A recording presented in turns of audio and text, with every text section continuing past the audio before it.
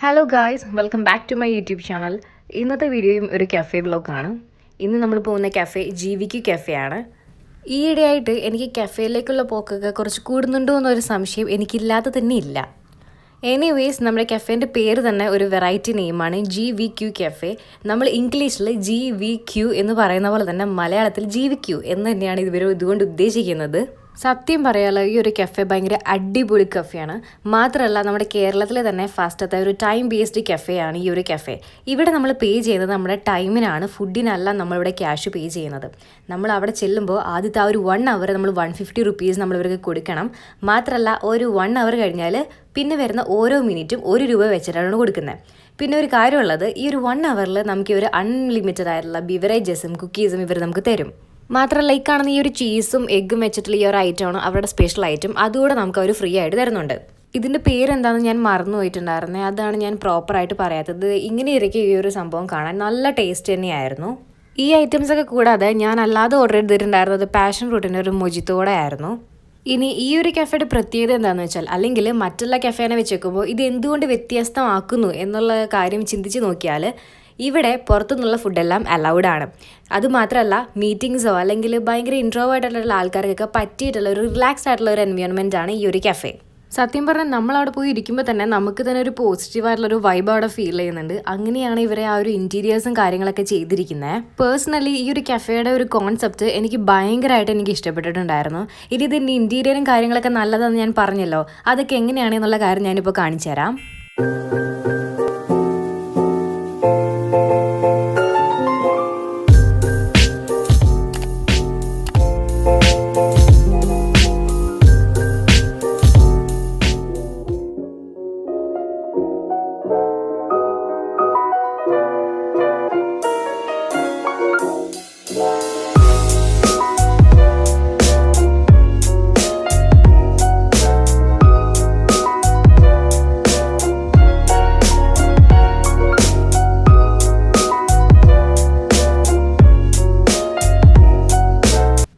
ഇപ്പോൾ കണ്ടില്ലേ, ഇങ്ങനെയായിരുന്നു ഈ ഒരു കഫേയുടെ ഔട്ട്ലുക്ക് വന്നിട്ടുള്ളത്. ശേഷം നമ്മൾ അവിടെ നിന്നെല്ലാം ഇറങ്ങി നേരെ പോയിട്ടുണ്ടായിരുന്നത് ഡെക്കാത്തലോണിലേക്കായിരുന്നു. അവിടെ ചെന്നൊന്നും വാങ്ങിക്കാനൊന്നുമല്ല, അവിടെ സ്പോർട്സും കാര്യങ്ങളൊക്കെ ഉണ്ട്. അതായത് സ്പോർട്സിൻ്റെ ഐറ്റംസും സംഭവങ്ങളെല്ലാം ഉണ്ട്. നമുക്കതിൽ കയറി നിന്ന് കളിക്കാനൊക്കെ പറ്റും.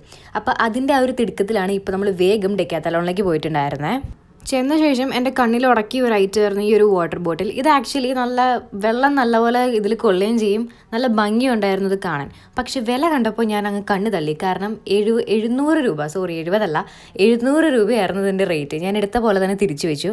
പിന്നെ കുറേ സ്വിമ്മിങ് സ്യൂട്ടും, അതായത് ഗേൾസിനും ബോയ്സിനും കുട്ടികൾക്കും എല്ലാവർക്കും പറ്റിയിട്ടുള്ള സംഭവങ്ങളെല്ലാം അവിടെ ഉണ്ടായിരുന്നു.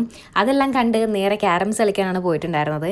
എനിക്ക് ക്യാരംസ് കളിക്കാൻ ഒട്ടും അറിഞ്ഞൂടാ. ചക്ക വീണപ്പോൾ മൊയിൽ ചത്തു എന്നുള്ള രീതിയിലാണ് എൻ്റെ ക്യാരംസ് കളിയൊക്കെ വർക്കൗട്ട് ആവുന്നത്. സംശയം ഉണ്ടെങ്കിൽ നിങ്ങൾക്ക് ഇതാ ഇപ്പോൾ ഈ ഒരു നിമിഷത്തിൽ ആ ഒരു പരിപാടി ഇപ്പോൾ കാണാൻ പറ്റും.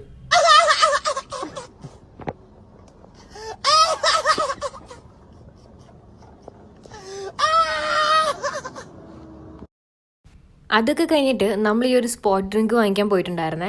ഇതിൻ്റെ പല ഫ്ലേവേഴ്സാണുള്ളത്. അതായത് പൊമഗ്രാനേറ്റ് ഉണ്ടായിരുന്നു, ലെമൺ, പിന്നെ ഗ്രീൻ ആപ്പിൾ, ഇതൊക്കെയാണ് ഉണ്ടായിരുന്നത്. അതിൽ നമ്മൾ എടുത്തിട്ടുണ്ടായിരുന്നത് പൊമഗ്രാനേറ്റ് ആയിരുന്നു. അത് ഓഫറിന് കിട്ടിയിട്ടുണ്ടായിരുന്നു. 5 എണ്ണം 200 and സംതിങ്ങിന് എന്തോ ആയിരുന്നു.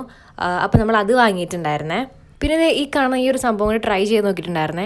സത്യം പറഞ്ഞാൽ ഇതിൻ്റെ പേര് ഊരൊന്നും എനിക്ക് അറിഞ്ഞുകൂടാ. എൻ്റെ ഒരു ഫ്രണ്ട് എൻ്റെ കൂടെ ഉണ്ടായിരുന്നു. അവനാണ് ഇതൊക്കെയാണ്, ഇങ്ങനെയാണ്, ഇന്ന സാധനമാണെന്ന് പറഞ്ഞു തരുമ്പോൾ എനിക്ക് അപ്പോഴാണ് സംഭവം മനസ്സിലാവുന്നത്.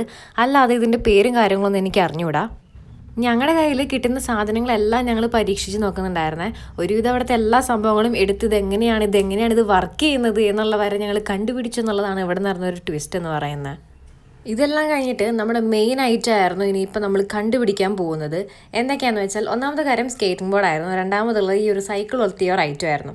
ഇതിൽ കയറിയപ്പോൾ ഞാൻ വീഴില്ല എന്നുള്ള ഒരു പ്രതീക്ഷയിലാണ് ഞാനങ്ങ് കയറിയത്. ഇതിൻ്റെ റേറ്റ് എത്രയാണ്, 13,000 എന്തോ സംതിങ് ആയിരുന്നു ഇതിൻ്റെ റേറ്റ് വരുന്നത്. ഇത് നല്ല രസമാണ്. മാത്രമല്ല, ഈ ഒരു സ്കേറ്റിംഗ് ബോർഡ് ഞങ്ങൾ കയറിയായിരുന്നു. എൻ്റെ തൊട്ടിപ്പുറത്തെ ചെറുക്കനെ കിടക്കുന്ന ബഹളി പോലെ എന്തൊക്കെ കാണിക്കുന്നുണ്ട്.